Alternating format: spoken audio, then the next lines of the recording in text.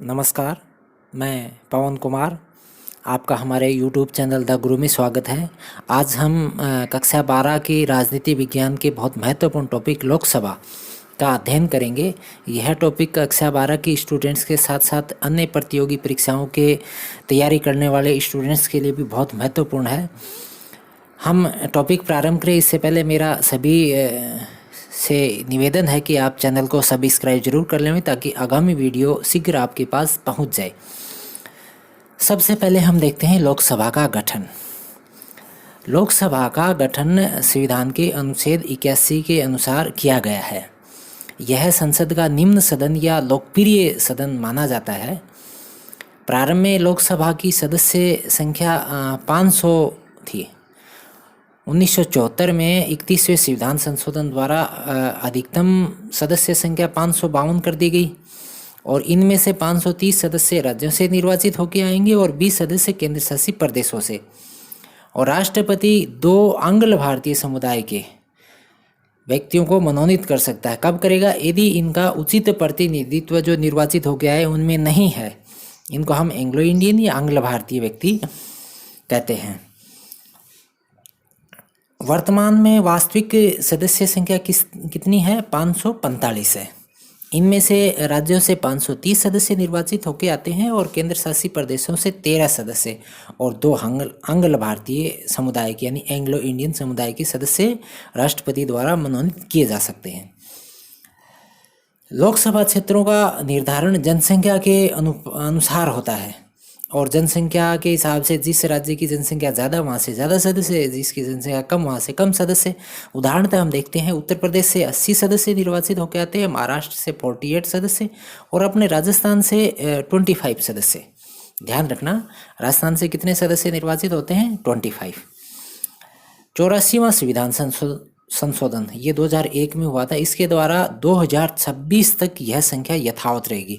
यानी जो लोकसभा में वर्तमान में जो सदस्य संख्या है ये 2026 तक, यानी जो आगामी जो चुनाव होगा, अभी 17वीं लोकसभा जो 2019 में गठित हुई थी उससे आगामी एक चुनाव और हो जाएगा और उसके बाद में अगर सरकार कोई संशोधन करे तो ठीक है, और 2026 तक ये जो वर्तमान सीटें हैं ये यथावत रहेंगी।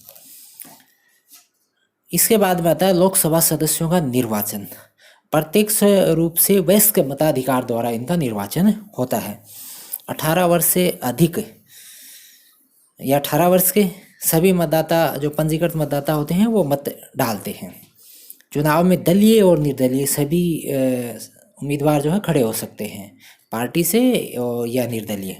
सबसे अधिक मत प्राप्त करने वाला विजेता होता है। इसमें कोई निश्चित प्रतिशत प्राप्त करने का नियम नहीं है। इसका एक उदाहरण ही देखें हम। 2014 का जो इलेक्शन हुआ था लोकसभा का, उसमें 542 स्थानों के लिए मतदान हुआ था। उसमें बीजेपी को 283 स्थानों पे विजय हासिल हुई थी, यानी 50% से ज़्यादा स्थान। 50% से ज़्यादा आते ही सरकार गठित हो जाएगी। और लेकिन जो वोट परसेंटेज था वो कितना था? 31% था।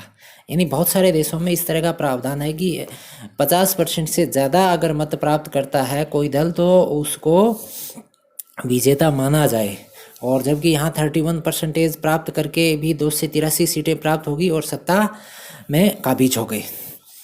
इसके बाद में आरक्षण की बात है तो एससी के लिए 84 सीटें आरक्षित हैं लोकसभा में और एसटी के लिए 47 सीटें आरक्षित हैं लोकसभा में। ये जो प्रश्न है 2018 की बोर्ड परीक्षाओं में आया था, उसमें पूछा था कि लोकसभा में एससी और एसटी के लिए कितने स्थान आरक्षित हैं। अब हम बात करते हैं लोकसभा का कार्यकाल। अनुच्छेद 83 के अनुसार लोकसभा का कार्यकाल प्रथम बैठक से 5 वर्ष तक होता है। ठीक है, ध्यान रखना, प्रथम बैठक से कितने दिन? 5 वर्ष तक। अनुच्छेद 85 में क्या कहा गया है? राष्ट्रपति कभी भी लोकसभा को भंग कर सकता है। कब करेगा ये? प्रधानमंत्री की सलाह पर। पहली लोकसभा का गठन कब हुआ था? 1952 में। ये छोटे प्रश्नों के लिहाज से आप इनको ध्यान रखें। आपातकाल में लोकसभा की अवधि एक बार में 1 वर्ष तक बढ़ा सकती है। ठीक है, एक बार में कितने दिन तक बढ़ सकती है? 1 वर्ष तक बढ़ सकती है। 1977 में लोकसभा का कार्यकाल बढ़ाया गया था। ये इमरजेंसी वाला दौर था, तो लोकसभा का कार्यकाल जो है उस दौरान 1 वर्ष बढ़ाया गया था। वर्तमान में मई 2019 से 17वीं लोकसभा कार्यरत है। आप ध्यान रखना, वर्तमान समय में जो लोकसभा है, जिस सरकार के प्रधानमंत्री जो हैं श्रीमान नरेंद्र मोदी, इस सरकार का गठन कब हुआ था? मई 2019 को हुआ था। कौन सी लोकसभा? ये 17वीं लोकसभा, ध्यान रखना। अब हम देखते हैं लोकसभा के पदाधिकारी, जिनमें लोकसभा अध्यक्ष और उपाध्यक्ष। अध्यक्ष को हम स्पीकर भी बोलते हैं आम बोलचाल की भाषा में। अध्यक्ष और उपाध्यक्ष का निर्वाचन कैसे होगा? इनका निर्वाचन निर्वाचित सांसदों में से ही होता है, ध्यान रखना। अध्यक्ष अपना त्यागपत्र उपाध्यक्ष को और उपाध्यक्ष अपना त्यागपत्र अध्यक्ष को देता है, एक दूसरे को ये त्यागपत्र देते हैं। पद से हटाने के लिए, यानी अध्यक्ष को पद से हटाने के लिए क्या होगा? सभी सदस्यों के बहुमत से पारित संकल्प द्वारा अध्यक्ष और उपाध्यक्ष को हटा सकते हैं, लेकिन इस प्रस्ताव के लाने से 14 दिन पूर्व उनको सूचित करना जरूरी होता है। ध्यान रखना, 14 दिन पहले उनको सूचित किया जाएगा कि आपको हटाने का प्रस्ताव जो है वो रखा जाएगा। इसके बाद में अध्यक्ष क्या करते हैं? यह सदन में मतदान करवाने, सदन स्थगन, चर्चा करवाने, बराबर मत होने पर स्वयं का मत प्रयोग करने, दल बदल के आधार पर निर्योग्यता पर फैसला आदि ये कार्य करते हैं। ध्यान रखना, ये प्रश्न 2018 की सप्लीमेंट्री परीक्षा में आया था, बोर्ड सप्लीमेंट्री परीक्षा में, कि लोकसभा अध्यक्ष के क्या कार्य हैं। छोटा प्रश्न था, तो आप ध्यान रखना। लोकसभा अध्यक्ष के हमने कार्यों को संक्षेप में यहाँ बताया गया और वहाँ पर भी संक्षेप में इसको पूछा गया था। अनुच्छेद 110 के तहत कोई विधेयक धन विधेयक है या नहीं है, इसका फैसला भी कौन करेगा? स्पीकर करता है ये, यानी इस चीज़ का अंतिम निर्धारण करने वाला व्यक्ति कौन है? स्पीकर। स्वतंत्र भारत की पहली लोकसभा का अध्यक्ष कौन था? गणेश वासुदेव मावलंकर। और उपाध्यक्ष कौन था? अनंत सैनम अयंगर। ये ध्यान रखना, प्रतियोगी परीक्षाओं में बहुत बार पूछा जाता है। पहला अध्यक्ष कौन था? गणेश वासुदेव मावलंकर। और वर्तमान जो 17वीं लोकसभा है, इसका अध्यक्ष कौन है? ओम बिरला।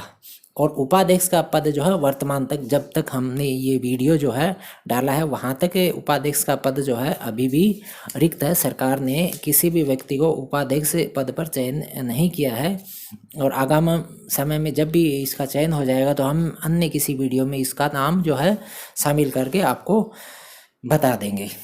तो साथियों, ये एक संक्षिप्त वीडियो था लोकसभा के जानकारी जो है इस वीडियो के माध्यम से आपने समझी।